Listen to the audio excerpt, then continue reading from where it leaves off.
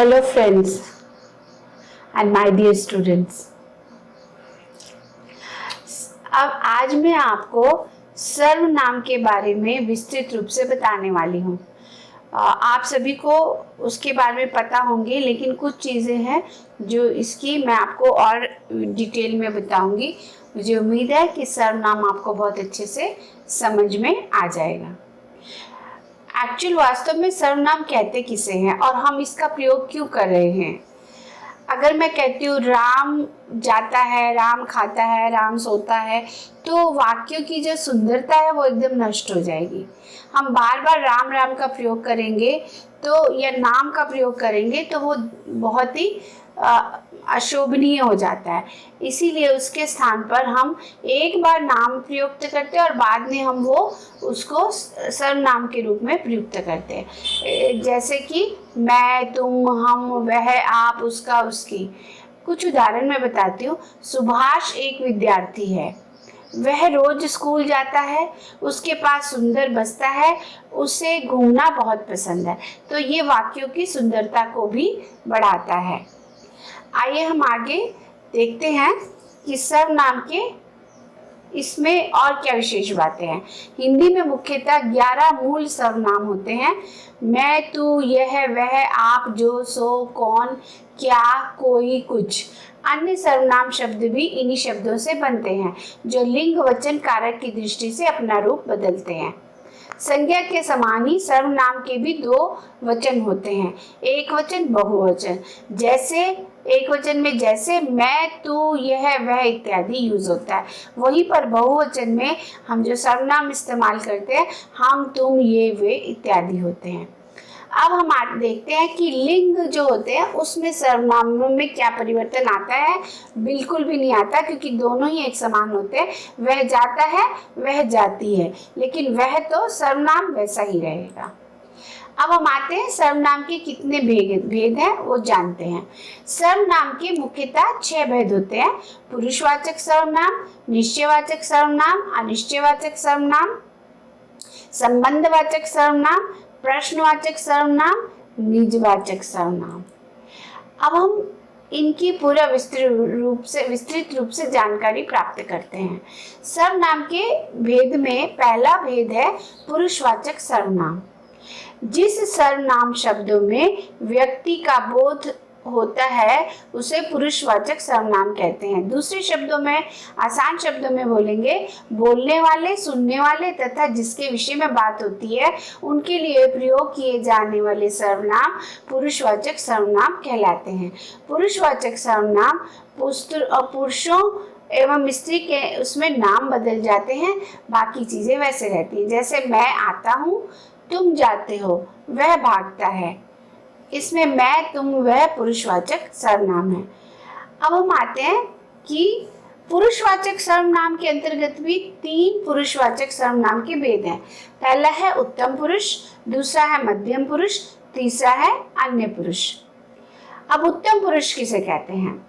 वक्ता जिन शब्दों का प्रयोग अपने स्वयं के लिए करता है उसे उत्तम पुरुष कहते हैं।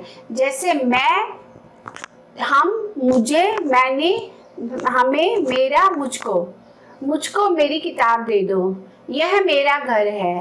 तो जो अपने बारे में बात की जाती है वह उत्तम पुरुषवाचक सर्वनाम होता है। जैसे मैं, हमारा, हम, मुझको, हमारी, मैंने, मेरा, मुझे आदि। उदाहरण था, मैं स्कूल जाऊंगा, हम मतदान नहीं करेंगे, यह कविता मैंने लिखी है। यानी सब चीजें अपने वाले। मध्यम पुरुष में जिन सर्वनामों का प्रयोग सुनने वाले के लिए किया जाता है, यानी सामने वाले व्यक्ति के लिए किया जाता है, उसे मध्यम पुरुषवाचक कहते हैं। जैसे तू, तुम, तुम्हें, आप, तुम्हारे, तुमने आदि। एग्जाम्पल्स हैं, तुम्हें जल्दी आना चाहिए था, आप मेरे घर सादर आमंत्रित हैं, तुम्हारे पिताजी क्या काम करते हैं, तू घर देर से क्यों पहुंचा। अब आते हैं अन्य पुरुष। नाम से ही आपको पता चलता होगा, जो आमने सामने लोग बोल रहे हैं उनकी बात नहीं हो रही है, कोई अन्य व्यक्ति के बारे में बात हो रही है जो वहां पर मौजूद नहीं है। सर्वनाम शब्दों का प्रयोग किसी अन्य व्यक्ति के लिए किया जाता है। यह शब्द अन्य पुरुषवाचक कहलाता है। जैसे वह, यह, उन, उनको, उनसे, इन्हें, उन्हें, उसके, इसने आदि। यह उसकी पुस्तक है, यानी वो यहाँ नहीं है जिसकी ये पुस्तक है। वह कल जाएगा, उनसे कल मिला था, आज मिल जाएगा। इन्हें देखो हमेशा खेलते रहते हैं।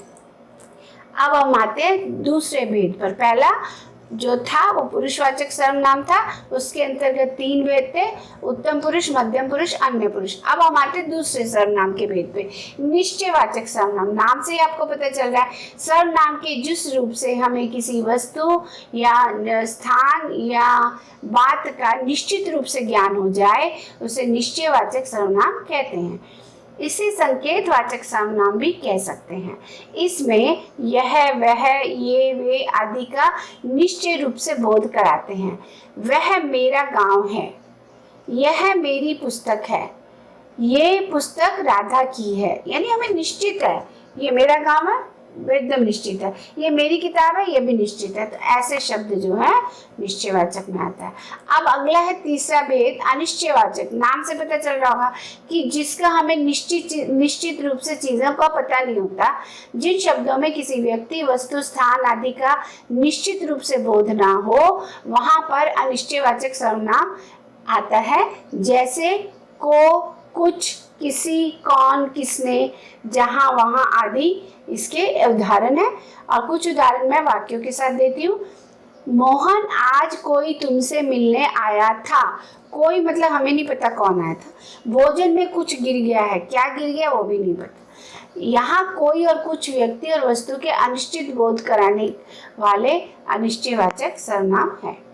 अब आते हैं प्रश्नवाचक सर्वनाम। आपको नाम से ही पता चलेगा, क्वेश्चन, जहाँ पे क्वेश्चन पूछे जाते हैं वहाँ प्रश्नवाचक सर्वनाम होता है। जो सर्वनाम शब्द सवाल पूछने के लिए प्रयुक्त होते हैं उन्हें प्रश्नवाचक सर्वनाम कहते हैं। जैसे कौन, क्या, किसने आदि। इसके कुछ उदाहरण है। टोकरी में क्या रखा है, प्रश्न। बाहर कौन खड़ा है, तुम क्या खा रहे हो। उपयुक्त वाक्यों में क्या और कौन का प्रयोग करके प्रश्न पूछे गए हैं, अतः ये प्रश्नवाचक सर्वनाम है। संबंधवाचक सर्वनाम। संबंधवाचक सर्वनाम ऐसे होते हैं जिन शब्दों से परस्पर संबंधों का पता चले उसे संबंधवाचक सर्वनाम कहते हैं। जैसे तैसी, जैसी, वैसी, जैसा, वैसा, सो, जो, जहां, वहां आदि। उदाहरण के लिए, जैसा करोगे वैसा भरोगे, जिसकी लाठी उसकी भैंस, यानी जैसा वैसा का प्रयोग करके संबंध बताया गया। इससे आगे वाला है निजवाचक सर्वनाम। निजवाचक सर्वनाम जो है, निज मतलब अपना, जो अपने लिए प्रयोग किए जाते हैं, जैसे आप, अपना आदि। इसमें स्वयं का बोध हो वह निजवाचक सर्वनाम कहलाते हैं। जैसे अपना, अपनी, मेरा, मेरी, इन शब्दों में निजवाचक सर्वनाम है। जैसे कि एग्जाम्पल देती हूँ, मैं अपना कार्य स्वयं करूँगा, मेरी माता भोजन अपने आप बनाती हैं, मैं अपनी गाड़ी से जाऊंगा, मैं अपने पिताजी के साथ जाऊंगा। अब हम आते हैं, ये तो हमारे 6 भेद हो गए थे, लेकिन कुछ सर्वनाम जो होते हैं वो संयुक्त रूप से प्रयुक्त किए जाते हैं। रूस के हिंदी व्याकरण डॉक्टर दीपशित्स ने एक और प्रकार के सर्वनाम का उल्लेख भी किया है। उन्होंने उसे संयुक्त सर्वनाम का नाम दिया। उन्हीं के शब्दों में संयुक्त सर्वनाम पृथक श्रेणी के सर्वनाम है। सर्वनाम के सब भेदों में से इनकी भिन्नता इसलिए है क्योंकि उनमें एक शब्द नहीं होता है बल्कि एक से अधिक शब्द होते हैं। संयुक्त सर्वनाम स्वतंत्र रूप से या संज्ञा के शब्दों के साथ भी प्रयुक्त हो सकते हैं। इसका उदाहरण मैं कुछ देने वाली हूँ। जैसे कि जो कोई, अब एक नहीं है इसमें कोई, जो कोई, सब कोई, हर कोई, और कोई, जो कुछ, सब कुछ, और कुछ, कोई एक, कोई भी, कुछ एक, कुछ भी, कोई ना कोई, कुछ ना कुछ, कुछ कुछ, कोई कोई, यानी 2-2, 3-3 शब्द एक साथ सर्वनाम के ही होते हैं पर एक साथ प्रयुक्त होते हैं। अब हम आते हैं इसके मुख्य बिंदु जो आपको याद रखने चाहिए। महत्वपूर्ण तथ्य और स्मरणीय बिंदु क्या है? संज्ञा के बदले आए शब्दों को सर्वनाम कहते हैं। सर्वनाम के 6 भेद होते हैं। पुरुषवाचक सर्वनाम, निश्चयवाचक सर्वनाम, अनिश्चयवाचक सर्वनाम, संबंधवाचक सर्वनाम, प्रश्नवाचक सर्वनाम, निजवाचक सर्वनाम।